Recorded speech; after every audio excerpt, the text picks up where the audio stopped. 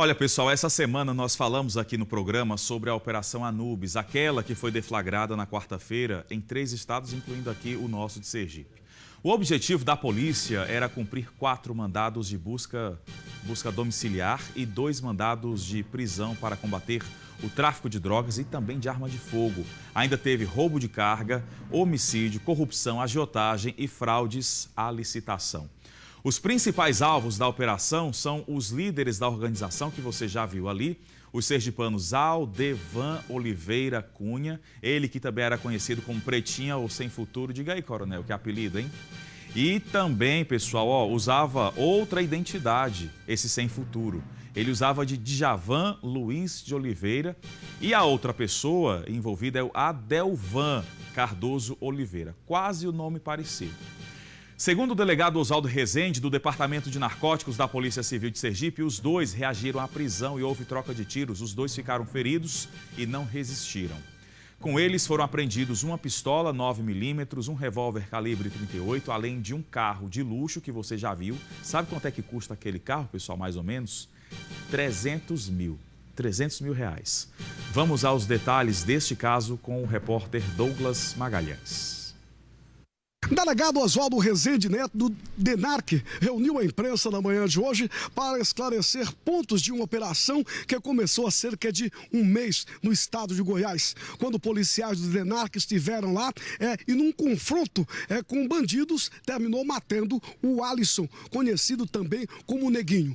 O Alisson era a ponta do iceberg de uma poderosa quadrilha que mandava drogas e armas de São Paulo para vários estados do Nordeste. A polícia começou a investigar. Vocês vejam agora, através dessas imagens, esta fortaleza em Itu, São Paulo. Aí funcionava o escritório do crime. Vejam que tem várias carretas, todas elas eram enviadas para o Nordeste, carregadas de crack, de maconha, de cocaína e também de armamentos. A polícia chegou até Tamandaré, no litoral do estado de Pernambuco, onde também tinha outra fortaleza pertencente ao chefe do bando, o Adelvan Oliveira Cunha, que tinha uma identidade em nome de Djavan.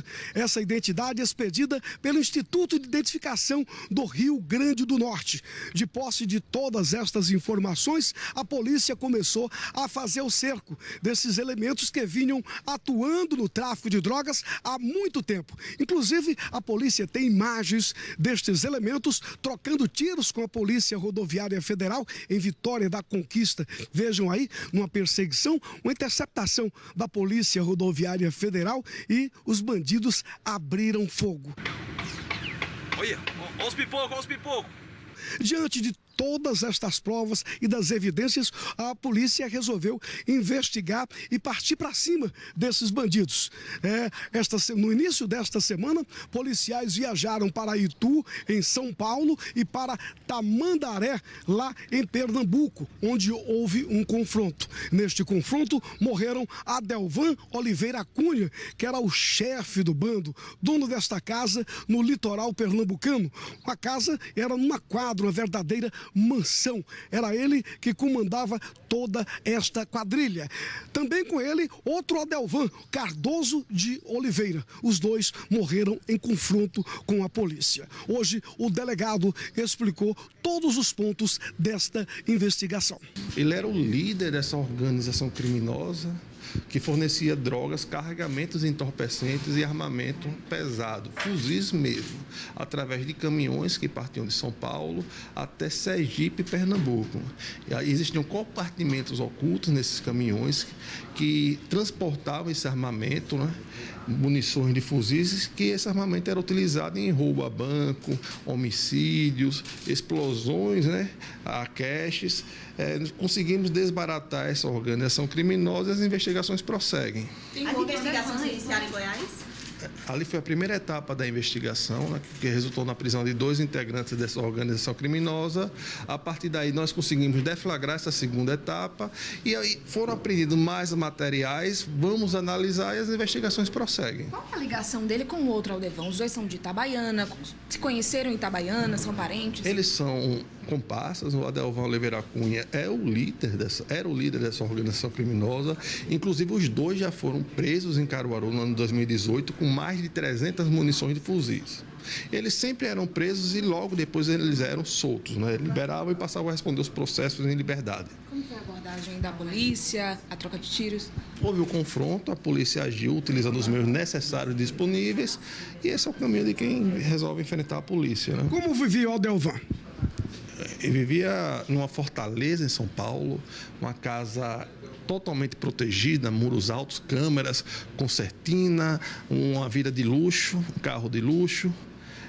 Auferindo muito lucro com essa venda, esse tráfico de drogas, tráfico de armamento pesado, enviando esses produtos ilícitos aqui para o Nordeste, principalmente para Sergipe e para o estado de Pernambuco. E ele mantinha um contato muito estreito com facções criminosas, organizações criminosas daqui do Nordeste, de São Paulo, Paraguai, que são os fornecedores dessas drogas? Ele era o líder de uma organização criminosa. Ele chefiava uma organização criminosa de envio de drogas e armas para aqui, para o Nordeste. Ele tinha contato com outros criminosos, que eram os clientes deles, né? Sim, não só para enviar, mas para adquirir esses armamentos e drogas. Foram apreendidos diversos documentos, notebooks, cadernetas, livros, tudo isso vai ser analisado e periciado. As investigações prosseguem. Temos que saber se há outras pessoas envolvidas ou não. Qual a ligação desses criminosos com a outra organização criminosa da Operação Valquíria? Todos eles foram investigados, indiciados, denunciados na investigação Valquíria. Isso demonstra o quê? Que algumas pessoas desse grupo da Valquíria estão se reerguendo, se reestruturando. Essas pessoas estão sendo investigadas novamente e já foram presas, não é? E essas pessoas que resolverem entrar novamente no mundo do crime vão ser presas. Há também casos de homicídio? Como? Casos de homicídio?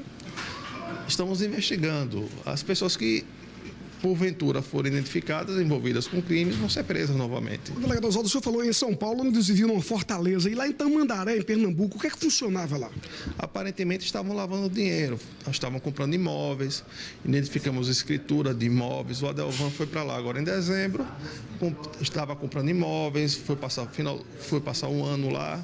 As investigações identificaram o quê? Que ele estava tendo uma vida de luxo, ganhando muito dinheiro com esse crime, né, chefiando essa organização criminosa. Foi preso diversas vezes, dá uma vasta ficha criminal por diversos crimes. Ele tinha envolvimento desde fraude à licitação, a homicídios, a tráfico de drogas, a tráfico de armas de fogo. Tudo isso com essa organização criminosa que ele chefiava. Vocês fizeram operação em São Paulo e em Tamandaré, onde aconteceram os confrontos? Os confrontos aconteceram na cidade de Tamandaré, onde os Adelvans estavam. Em São Paulo, ele tinha uma fortaleza, onde ele residia de fato, não é? De onde partiam os caminhões que transportavam o armamento e a droga aqui para o Nordeste. Mas desde o final do ano passado, o Adelvan estava sediado em Tamandaré. Os indícios apontam que ele estava lavando dinheiro. Tamandaré é uma cidade litorânea, né? Ao lado da Praia de Carneiros. Estava comprando imóveis lá, estava com a chácara lá próximo também, imóvel rural. Os indícios que ele estava lavando dinheiro obtido das atividades criminosas. Com as mortes dos dois principais envolvidos na quadrilha, as investigações não param. Eu questionei o delegado Oswaldo Rezende sobre a morte de Zuzu em Itabaiana, que aconteceu anteontem. Perguntei se poderia haver uma ligação. Ele preferiu o silêncio, dizendo que as investigações vão continuar. Se não quer que a notícia seja divulgada, não deixe que o fato aconteça. Douglas Magalhães, do DENARC. Bom, o apelido sem futuro enquanto estava vivo, né? Porque o caminho dele já estava traçado aí devido ao mundo da criminalidade, a gente sempre mostra aqui. Agora, Coronel, esses dois aí com a ficha criminal enorme, praticando crime país afora, criaram uma fortaleza, se esconderam nela, fizeram o que tinham de fazer no mundo da criminalidade e ninguém achava esses homens. O pior da história toda, Diego, é que a sociedade vai se perguntar como que pessoas dessa natureza, com tantos crimes, com tantas prisões, ainda estavam em liberdade e continuando a cometer outros crimes e fazendo com que, com esses valores obtidos na criminalidade, ele revertesse, né, para a compra de imóveis, né, residências, ou seja, a verdadeira lavagem de todo o dinheiro.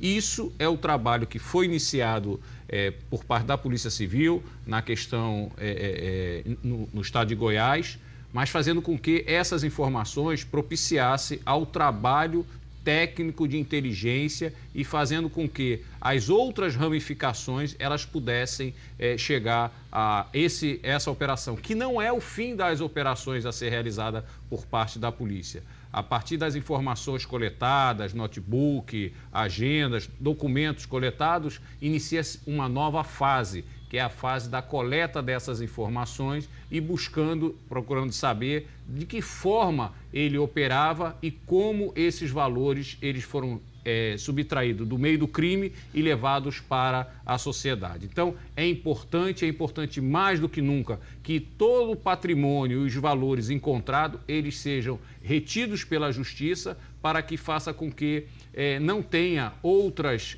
utilizações no meio criminoso. Então, é importante esse trabalho policial, é importante a presença da justiça no bloqueio de todos os bens para que se possa, de alguma forma, pelo menos minimizar esse transporte de drogas, esse transporte de armas fuzis que são utilizados em outros crimes. Ou seja, o que já falamos em outras situações aqui, não existe mais o criminoso específico para a criminalidade, seja do tráfico de drogas, roubo a banco, explosões de cash, ou seja, todos fazem tudo e fazem com que a criminalidade venha aumentando significativamente em nosso país. A galera está completa, né? Só reforçando o que o coronel acabou de comentar sobre o estado de Goiás, porque essa operação Anubis, ela foi desencadeada depois de uma outra operação, Sim. né?